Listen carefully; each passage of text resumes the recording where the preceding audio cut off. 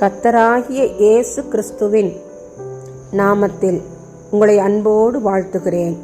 இன்று ஆண்டவர் நமக்கு தரும் அற்புத வார்த்தை பிரசங்கி 3:11. அவர் சகலத்தையும் அதனதன் காலத்தில் நேர்த்தியாக செய்திருக்கிறார். Ecclesiastes 3:11. He hath made everything beautiful in his time. அன்பான சகோதர சகோதரிகளே, என் வாழ்வில், கணவர் வாழ்வில், பிள்ளைகள் வாழ்வில் அல்லது குடும்பத்தில் இப்படி நடந்துவிட்டதே என்று முடிந்து போன நடந்த தவறான ஏற்கத்தகாத காரியங்களை நினைத்து கவலைப்பட்டு கலங்கிக் கொண்டிருக்கிறீர்களோ? கர்த்தர் சகலத்தையும் அதன் காலத்தில் நேர்த்தியாய் செய்திருக்கிறார் என்று இன்று நமக்கு வாக்குப்படுகிறார்.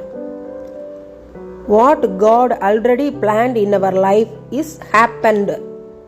We can believe God at every time. ஆதலால் நாம் மனம் கலங்க தேவையில்லை.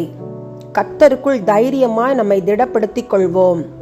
வருடத்தின் கடைசி நாட்களில் வந்திருக்கிறோம். கர்த்தர் செய்த சகல நன்மையான தீமையான காரியங்களுக்காகவும் மனதார நன்றி செலுத்துவோம். அவரை புகழுவோம், பாடுவோம், மகிமைப்படுத்துவோம். எத்தனை நன்மைகள் எனக்கு செய்தீர், எப்படி நன்றி சொல்வேன், நான் எப்படி நன்றி சொல்வேன். நன்றி ராஜா, நன்றி ராஜா, நன்றி ராஜா, நன்றி ராஜா. ஆமேன். சகலத்தையும் நேர்த்தியாக செய்கிறவரே, பரமபிதாவே, இந்த அருமையான ஜெப நேரத்திலே எங்களை தாழ்த்துகிறோம். துதி ஸ்தோத்திரங்களை உமக்கு ஏறெடுக்கிறோம். இந்த நேரத்திலே குடிக்கிற மக்களுக்காக பாரத்துடன் ஜெபிக்கிறோம் ஐயா. சம்பாதிக்கிற பணத்தை குடித்துவிட்டு குடும்பத்தை பிரச்சனைக்குள்ளாக்கும் ஆண்களுக்காக, பிள்ளைகளுக்காக உடைய சமூகத்தில் வருகிறோம் ஆண்டவரே. நீர் மனம் திருப்பும்படியாய் ஜெபிக்கிறேன் சுவாமி. குடிக்க பணமில்லையே என்று கருதி நடந்து போகிற பெண்களிடம் செயின் பறிக்கும் நபர்களுக்காக பாரத்துடன் ஜெபிக்கிறோம் ஆண்டவரே.